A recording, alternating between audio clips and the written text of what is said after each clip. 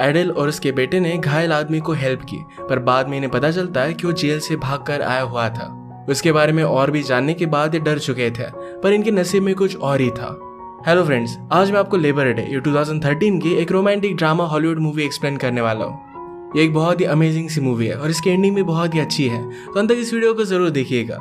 अगर आपको वीडियो अच्छा लगता है तो प्लीज इसे लाइक और कमेंट जरूर कर दीजिए। अब बिना किसी तरीके एक्सप्लेनेशन स्टार्ट करते हैं। मूवी स्टार्ट होती है और मूवी की स्टोरी हमें हेनरी बता रहा है। हेनरी एडल का बेटा होता है। हेनरी के फादर उसे और उसकी मदर को छोड़कर चले गए थे, तो दोनों अकेले ही रहते हैं। मदर हमेशा हर एक चीज को लेकर बहुत ही ज्यादा स्ट्रगल करती है। हेनरी की स्कूल अब खुलने वाली थी, तो उसके लिए पैंट्स लेने के लिए सुपर शॉप में जा रहे थे। इनकी गाड़ी की कंडीशन बहुत ही खराब हो चुकी थी, पर एडल को इसके बारे में ज्यादा पता नहीं था, तो इस वजह से गाड़ी को रिपेयर भी नहीं करती। वैसे ही ये जा रहे थे। हेनरी के फादर ने और एक शादी कर ली थी और उन्हें एक बेटी भी थी। सैटरडे संडे पर वो हेनरी को घर पर लेकर जाते हैं। हेनरी हमेशा अपनी मदर का बहुत ख्याल रखता है। एडल हमेशा डर डर कर रहती है, तो इस वजह से उसके हाथ भी थरथराते हैं। एडल अपनी रिस्पॉन्सिबिलिटी से नहीं भागती और हेनरी को एक अच्छा आदमी बनाने की हमेशा कोशिश करती है। उसने एक दिन उसे कहा कि एक आदमी को डांस करना आना चाहिए, तो उसे वो सिखा देती है। लोगों से जाकर बात करने के लिए एडल डरती है, तो हमेशा हेनरी को अपने साथ लेकर जाती है। आज ऐसे एक सुपर शॉप में हेनरी के लिए पैंट्स लेने के लिए वो आए हुए थे। हेनरी के पास अचानक से फ्रैंक आ गया। फ्रैंक को चोट लगी थी, तो हेनरी से कहता है, क्या तुम मेरी हेल्प कर सकते हो? हेनरी ने कहा कि मैं मेरी मदर के साथ आया हूँ, मैं आपकी हेल्प नहीं कर सकता। फ्रैंक ने एडल को देखा और वो कहता है, तुम्हारी मदर मुझे हेल्प कर सकती है। उसे कहीं पर जाना था तो राइड मांगता है। इसके बाद ये दोनों एडल के पास गए। एडल फ्रैंक को देखकर कहती है कि हम आपको लिफ्ट नहीं दे सकते। फ्रैंक हेनरी के गले पर हाथ लगाता है। इनडायरेक्टली उसे धमकी दे रहा था कि उसे लेकर जाना ही पड़ेगा। एडल भी फिर इस बात को मान जाती है। फ्रैंक ने फिर गाड़ी में आकर कहा कि मुझे तुम्हारे घर लेकर चलो, मुझे सिर्फ जरा आराम करना है। एडल फ्रैंक से पूछती कि तुम्हें चोट कैसे आई? फ्रैंक ने कहा कि मैं जेल में था, मेरा अपेंडिक्स का ऑपरेशन होने वाला था, तो वहाँ की हॉस्पिटल की खिड़की से मैं नीचे गिर गया और वहाँ से मैं भाग गया। फ्रैंक एडल से पूछता है, मुझे सिर्फ थोड़ा टाइम तुम्हारे पास रहने दो। एडल पूछती कि क्या तुम हमें हर्ट करोगे? फ्रैंक कहता है, मैंने जानबूझकर मेरी लाइफ में किसी को भी हर्ट नहीं किया। वो प्रॉमिस करता है कि घर में उसे हेल्प करेगा। एडल ने कहा कि घर पर हमेशा लोग आते रहते हैं, अगर मुझे कुछ हुआ तो तुम बचकर नहीं जा पाओगे। फ्रैंक कहता है कि मैं अभी अभी तो जेल से बाहर आया हूँ, फिर से क्राइम कर कर मैं अंदर नहीं जाना चाहता। इसके बाद न्यूज पर भी फ्रैंक भाग चुका है, ये आ रहा था। फ्रैंक कहता है कि अब पुलिस हर जगह पर मुझे ढूंढने लग जाएंगे। अगर किसी को पता चला कि तुमने मुझे सहारा दिया था, तो तुम दोनों बहुत ही ज्यादा ट्रबल में आ जाओगे। इसके लिए उसके पास एक सोल्यूशन था। वो कहता है कि मैं तुम्हारे हाथ पैर बांध देता हूँ, इससे सब लोगों को लगेगा कि मैंने तुम्हें किडनैप किया था और तुम पर कोई भी शक भी नहीं करेगा। एडल भी इस बात के लिए मान जाती है। उसने हेनरी को फ्री रखा था। इसके बाद वो कुक करने लग जाता है। वो एक बहुत ही अच्छा कुक था और उसने एक बहुत ही अच्छी सी डिश बनाई। एडल के हाथ बंधे हुए थे, तो अपने हाथों से उसे वो खिलाता है। हेनरी को एडल की एक बात याद आती है। एडल हेनरी को एक दिन समझा रही थी कि जैसे आदमी बड़ा होता है तो वो किसी ना किसी को तो पाना चाहता है। उसे लगता है कि उसकी लाइफ में कोई अपना हो। ये एक बहुत ही नेचुरल चीज है। हेनरी हमेशा वंडर करता है कि उसकी मदर की लाइफ में कोई भी आदमी नहीं। अब फ्रैंक यहाँ पर है, तो क्या वो आदमी फ्रैंक हो सकता है? फ्रैंक ने एडल से पूछा कि ट्रेन कब से स्टार्ट होती है। एडल कहती कि सुबह ट्रेन स्टार्ट हो जाएगी। फ्रैंक का उन्हीं ट्रेन में से भाग जाने का प्लान था। हेनरी रात में एडल को देखने के लिए आया, तो अपने बेड से बंधी हुई थी। फ्रैंक नीचे सो रहा था। हेनरी सुबह फ्रैंक से पूछता है, तुम इस तरीके से भागकर कैसे आके? क्या तुम्हें कोई गार्ड वगैरह देख नहीं रहा था? फ्रैंक कहता है कि गार्ड को स्मोक करने के लिए जाना था, तो मैंने कहा कि जैसे तुम चले जाओगे वैसे मैं इस खिड़की से कूदकर भाग जाऊंगा। गार्ड को यह मजाक लगा था और वो सचमुच में चला गया। अगर आप मजाक में इस तरीके से लोगों से सच बोल देते हो तो उस बात को सीरियसली लेते हैं नहीं। फ्रैंक ने एडल को फ्री कर दिया था। वो पूछती है कि आज तुम मुझे क्यों नहीं बांध रहे? फ्रैंक कहता है कि अब नीड नहीं है। अगर पुलिस ने तुमसे पूछा क्या मैंने तुम्हें बांध कर रखा था, तो तुम सच बोलोगी कि मैंने एक्चुअल में तुम्हें बांध कर रखा था। फ्रैंक को ट्रेन की कोई भी आवाज नहीं आ रही थी, तो एडल कहती है कि लेबर डे का वीकेंड है, तो इस वजह से कोई भी ट्रेन नहीं आएगी। अब 2-3 दिन के लिए वो फंसे हुए थे। फ्रैंक उन पर कोई भी बोझ नहीं बनना चाहता था, तो इसी वजह से घर में सब काम करने लग जाता है। उसने स्टेयर्स को रिपेयर कर दिया। गाड़ी भी खराब थी, तो गाड़ी को ऑयल भी वो चेंज कर देता है। एडल को एक आदमी ज्यादा प्राइस में लकड़ियां बेच रहा था, तो फ्रैंक ने उसे वार्न किया। पूरे घर की भी वो साफ सफाई करता है। हेनरी को बेसबॉल खेलना भी उसने सिखाया। अचानक से उनका नेबर आ जाता है। फ्रैंक ने एडल को पकड़ लिया और हेनरी को डोर ओपन करने के लिए कहा। वो कहता है कि इस नेबर को जल्दी से घर भेज दो, उसे शक नहीं होना चाहिए। नेबर कहते हैं मेरे पास कुछ एक्स्ट्रा एप्पल्स थे, पीच थे, तो इसीलिए मैं तुम्हारी मदर को देने के लिए आया हुआ था। तुम्हारी मदर कहाँ है? हेनरी कहता है कि वो बात ले रही है। नेबर कहते हैं अभी अभी जेल से एक कैदी छूटा हुआ है, तुम्हें इस तरीके से डोर नहीं खोलना चाहिए। मैं इसी बारे में तुम्हारी मदर को वार्न करने के लिए आया हुआ था, जरा अपना ख्याल रखना। हेनरी उसे यकीन दिलाता है कि इस बात को समझ सकता है। नेबर के जाने के बाद एडल फ्रैंक पर गुस्सा हो गई। वो कहती है मेरे बेटे को इस तरीके से तुम कभी भी यूज मत करना, इस तरीके से किसी से झूठ बोलना, ये बात मैं उसे नहीं सिखा सकती। फ्रैंक भी इस बात का रिस्पेक्ट करता है। फ्रैंक ने कहा कि नेबर ने तो बहुत सारे एप्पल्स दिए हैं, ये वीकेंड पर तुम लोग कभी भी खा नहीं पाओगे। उसे एक आइडिया आया और इस एप्पल का वो पाई बनाता है। ये पाई बनाते वक्त वो हेनरी और एडल को ये रेसिपी सिखा रहा था। एक फैमिली की तरह सारे मिलकर ये पाई बनाते हैं। फाइनल लेयर लगाते वक्त एडल के हाथ थरथरा रहे थे, तो फ्रैंक उसे कॉन्फिडेंस देता है। ये दोनों एक दूसरे के करीब आने लग गए थे। ये बात हेनरी ने नोटिस की। रात में यहाँ से एक पुलिस गुजरा, वो फ्रैंक को ही ढूंढ रहा था। फ्रैंक एडल से कहता है ये पुलिस अभी अभी यहाँ से गुजरे, इसका मतलब है 5-6 घंटे वो मुझे यहाँ पर नहीं ढूंढेंगे। उसे भागने के लिए बहुत ही अच्छा चांस था। एडल कहती कि अब मत जाओ, सुबह चले जाना। एडल नहीं चाहती थी कि फ्रैंक अब यहाँ से चला जाए। उसे कहती कि 1-2 दिन में चले जाना, तब तक तुम्हारी वुंड भी हील हो जाएगी। हेनरी भी उसे यही रहने के लिए बोल रहा था। अगली सुबह फ्रैंक ने फिर से एडल के घर में बहुत सारे काम किए। उसे हर एक चीज में हेल्प करता था। गाड़ी का टायर कैसे बदलते हैं ये भी चीज उसने हेनरी को सिखाई। वो कहता है कि जब तुम्हारे साथ कोई लड़की होगी तब उस वक्त ये चीज तुम नहीं सीख सकते। इमरजेंसी पर ये काम करना तुम्हें आना चाहिए। फ्रैंक को डांस करना आता नहीं था, तो एडल ने उसे भी डांस करना सिखाया। एक दिन हेनरी ग्रोसरी शॉपिंग के लिए गया हुआ था। वहां पर जब वो सोडा बाय कर रहा था तो एलेनोर नाम की लड़की उसे बात करती है। कहती कि एल्यूमिनियम की टीन में अगर तुम कुछ भी पीते हो तो इससे तुम्हारी मेमोरी खराब होती है। वो इस टाउन से नहीं थी, तो हेनरी से पूछते कि क्या इस टाउन में कुछ इंटरेस्टिंग करने जैसा है। हेनरी ने कहा कि तुम यहाँ पर बॉलिंग कर सकती हो। इसके बाद वो सब सामान लेकर काउंटर पर गया और उसके पास एक रेजर भी था। ओनर पूछता है कि तुम्हारी मदर के लिए रेजर सही नहीं है। हेनरी कहता है कि रेजर मेरे लिए है। ओनर ने भी इस बात के बारे में ज्यादा सोचा नहीं और उसे केयरफुल रहने के लिए कहा। वो जब घर आ रहा था तो पुलिस हर जगह पर फ्रैंक की फोटो लगा रहे थे। उसे कहते कि केयरफुल रहना, अगर तुम्हें कुछ दिखे तो हमें रिपोर्ट करना। घर आने के बाद अचानक से हेनरी की नेबर घर में घुस कर आई थी। फ्रैंक डर कर वहीं पर छुप जाता है। नेबर एडल को ढूंढ रही थी तो एडल आगे आके नेबर ने कहा कि मुझे जरा अर्जेंट काम है, मुझे जरा बाहर जाना पड़ेगा, तो क्या मेरे बेटे का तुम ख्याल रख सकती हो। उसका बेटा पैरालाइज था और ज्यादा कुछ भी बोल नहीं सकता था। इस तरीके से फ्रैंक के घर में होते हुए एडल कोई भी रिस्पॉन्सिबिलिटी ले नहीं सकती, पर नेबर ने उसे बहुत ही ज्यादा फोर्स किया, तो इस वजह से एडल को उसके बेटे का ख्याल रखने के लिए मानना पड़ता है। नेबर के जाने के बाद नेबर के बेटे बैरी को फ्रैंक ने देखा। बैरी कुछ भी ज्यादा बोलेगा नहीं, तो इस वजह से फ्रैंक के लिए प्रॉब्लम नहीं है। उसे भी घर की सारी चीजों में शामिल कर लेते हैं। बाहर जाकर बेसबॉल की प्रैक्टिस कर रहे थे तो बैरी भी उनके साथ खेलता है। फ्रैंक ने हेनरी को बैटिंग सिखाई, उसके बाद एडल को भी वो सिखाता है। इनका आज का डे ये बहुत ही ब्यूटीफुल सा स्पेंड हुआ था। रात में जब सब मिलकर टीवी देख रहे थे तो न्यूज पर फ्रैंक की न्यूज आई। ये न्यूज जब बैरी देखता तो इस न्यूज से वो डिस्टर्ब हो गया। जब उसकी मदर उसे लेने के लिए आई तो फ्रैंक छुप जाता है, पर बैरी फ्रैंक का नाम ले रहा था। वो सही से बोल नहीं पाता, तो इस वजह से उसकी मदर को कुछ अलग ही लगा। उसे जोर से चाटा मार दिया और उसका मुंह बंद कर देती है। रात में एडल और फ्रैंक ये दोनों मिलकर प्लान बना रहे थे। अभी नहीं लगता है कि इन दोनों को साथ में भाग जाना चाहिए। फ्रैंक पूछता है कि हेनरी का क्या होगा। एडल ने कहा कि हेनरी के फादर कभी भी उसे मेरे साथ जाने नहीं देंगे। एडल का प्लान बना कि हेनरी के फादर को बताएगी नहीं और वैसे ही उसे लेकर चली जाएगी। यह बात हेनरी को पता नहीं थी। उसे लगता है कि शायद एडल और फ्रैंक ये दोनों एक साथ ही भाग जाने वाले हैं, उसे अपने फादर के पास अकेला छोड़कर जाएंगे। इस बात से उसे बहुत बुरा लगा। फ्रैंक के ऊपर मर्डर का चार्ज था और इसी वजह से वो जेल में था। वो एडल से कहता है कि मैंने किसी का भी मर्डर नहीं किया, मुझ पर एक्सीडेंटली इल्जाम लगा था। एक्चुअल में फ्रैंक जब बहुत ही यंग था तो एक लड़की उसे पसंद आई थी। उसके साथ उसका अफेयर हुआ और एक दिन उस लड़की ने उससे कहा कि मैं प्रेग्नेंट हूँ।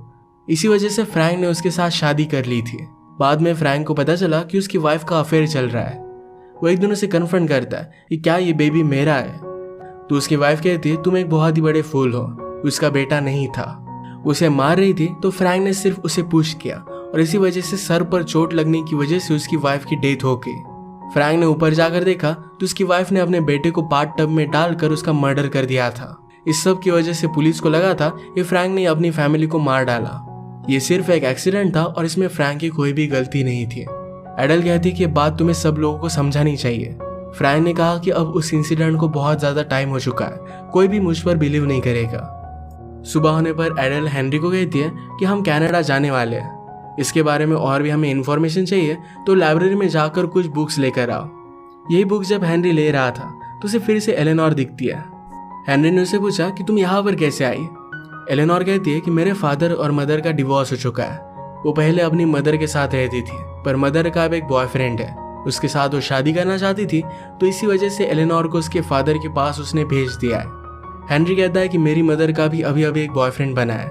एलेनोर कहती है कि बॉयफ्रेंड की वजह से आदमी जरा पागल हो जाता है, वो क्या डिसीजन लेते हैं ये उन्हें पता नहीं चलता। एलेनोर ने कहा कि तुम्हें अपनी मदर से जाकर बात करनी चाहिए। हेनरी को ये बात इतनी ज्यादा सही नहीं लगती। अब वीकेंड आ चुका था तो हेनरी के फादर उसे लेकर जाते हैं। फादर कहते हैं तुम्हें स्कूल के स्पोर्ट्स में अब जरा ध्यान देना चाहिए। हेनरी कहता है कि मैं डांस करना चाहता हूँ। फादर ने कहा कि अगर तुम डांस करोगे तुम्हें लोग जरा अलग समझेंगे। ये सब चीजें बताने के लिए घर पर कोई भी आदमी नहीं है, तो इसी वजह से मैं तुम्हें ये सब बता रहा हूँ। हेनरी कहता है कि आपको किसने कहा कि घर पर कोई भी आदमी नहीं है। फादर और भी इसके बारे में जानना चाहते थे तो हेनरी कहता है कि आपको क्या फर्क पड़ता है।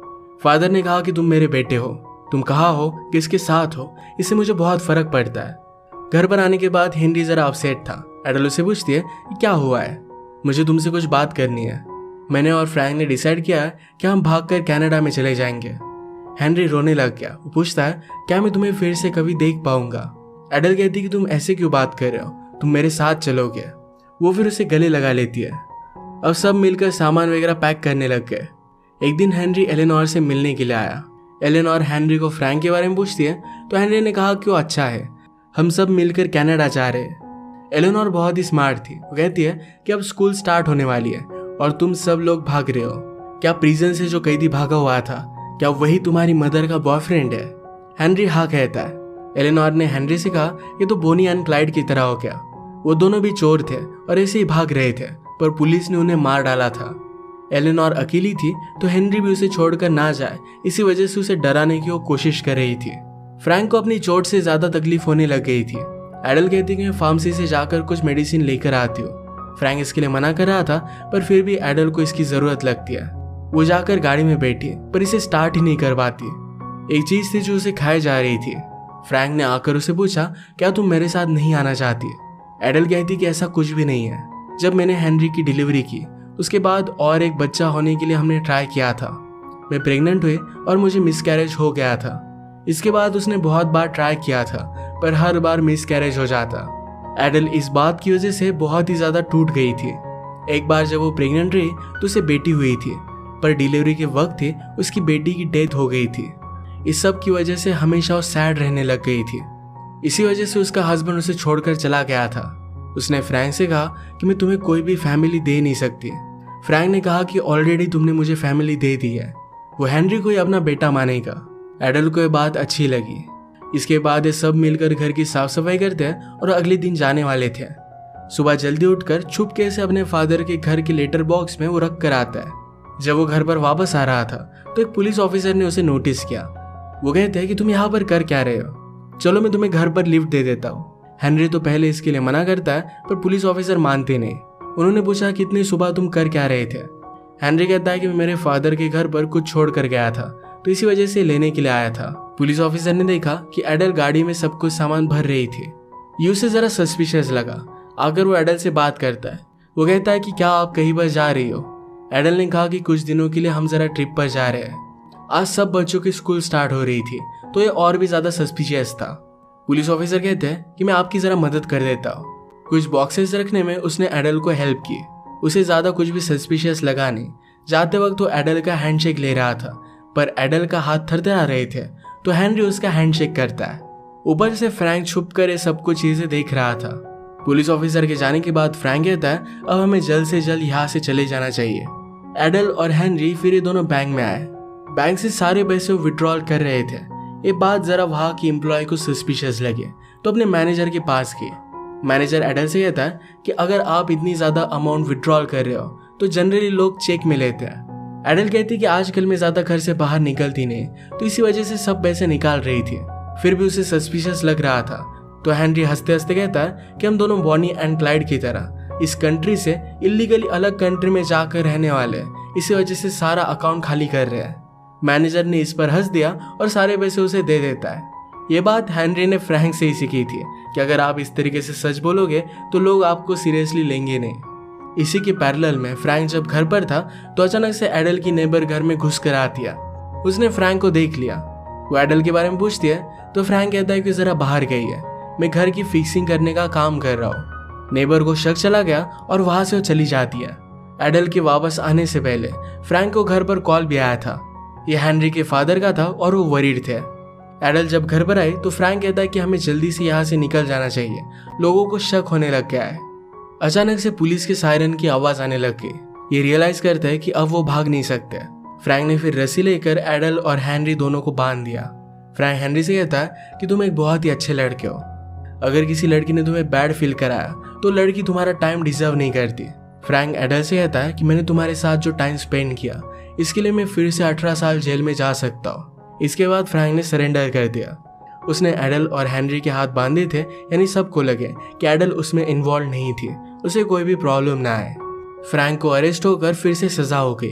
एडल ने प्रोस्टिक्यूटर से बात कर फ्रैंक को जेल से बाहर निकालने की कोशिश की, पर प्रोस्टिक्यूटर एडल से कहता है कि अगर तुमने सब कुछ सच सच बता दिया तो शायद तुम्हें प्रॉब्लम आ सकता है, तुम्हारी हेनरी की कस्टडी भी जा सकती है। एडल हेनरी को खोना नहीं चाहती थी, तो इस वजह से वो कुछ भी कर नहीं पाती। कुछ मंथ के बाद एडल ने रियलाइज किया था कि हेनरी को अपने फादर के पास रहना चाहिए, तो अपनी कस्टडी उसने दे दी थी। उसने फिर फ्रैंक से मिलने की भी कोशिश की थी, पर फ्रैंक सॉलिडरी में था तो जेल में उसे मिल नहीं पाया।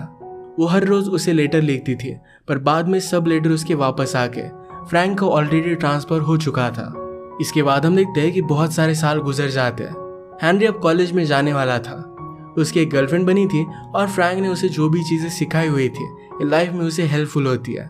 एक दिन हेनरी के फादर ने उसे बात की, कहा कि तुम्हारी मदर बहुत ही ज्यादा ब्यूटीफुल थी, वो हमेशा प्यार में रहना चाहती थी। जब हमारी लाइफ में प्रॉब्लम आए तो बहुत ही ज्यादा सैड हो चुकी थी। अगर कोई दूसरा आदमी होता तो उसे हेल्प करता, पर बहुत ज्यादा टाइम गुजर चुका था और मैं एक नॉर्मल लाइफ चाहता था, तो इसी वजह से मैंने तुम्हारी मदर को छोड़ दिया। मैंने तुम्हारे साथ ये जो सारे साल बिताए, मैं सिर्फ तुम्हारे साथ बॉन्डिंग करना चाहता था, मैं तुम्हें खोना नहीं चाहता। हेनरी भी अपने फादर को माफ कर देता है। उसने फादर से कहा कि लास्ट समर में मेरी मदर के साथ बिताना चाहता हूँ। वो पूरा समर एडल का ख्याल रखता है। इसके बाद और भी साल गुजर गए। हेनरी की शादी हो गई थी। उसने अपनी एक बेकरी डाली थी, जो रेसिपी फ्रैंक ने उसे सिखाई थी उसकी बहुत ही फेमस बन गई थी। एक मैगजीन में भी उसकी फोटो आई थी। ये फोटो जेल में फ्रैंक देखता है और इसे उसने पहचान लिया। उसने फिर हेनरी को एक लेटर लिखा। वो कहता है कि उस पर वो बहुत ही ज्यादा प्राउड है। अब वो जेल से निकलने वाला था और चाहता था कि एडल के साथ वो जाकर रहे, एक फैमिली की तरह रहे। ये करने के लिए पहले उसने हेनरी की परमिशन ली। हेनरी लिखता है कि मदर का एड्रेस चेंज नहीं हुआ है, आप उन्हें लेटर लिख सकते हो। हेनरी भी चाहता था कि उसकी मदर खुश रहे। फ्रैंक ने फिर लेटर लिखा और जिस दिन वो जेल से बाहर निकला तो एडल उसका वेट कर रही थी। इतने साल सिर्फ एक दूसरे से इन्होंने प्यार किया था, फिर से एक दूसरे से मिले और जो भी टाइम इनके पास अब बचा है एक साथ ही स्पेंड करेंगे, एक दूसरे का ख्याल रखेंगे। इसी के साथ ये मूवी एंड हो जाती है। एक बहुत ही अनएक्सपेक्टेड और अलग ही सिचुएशन की एक रोमांटिक मूवी थी।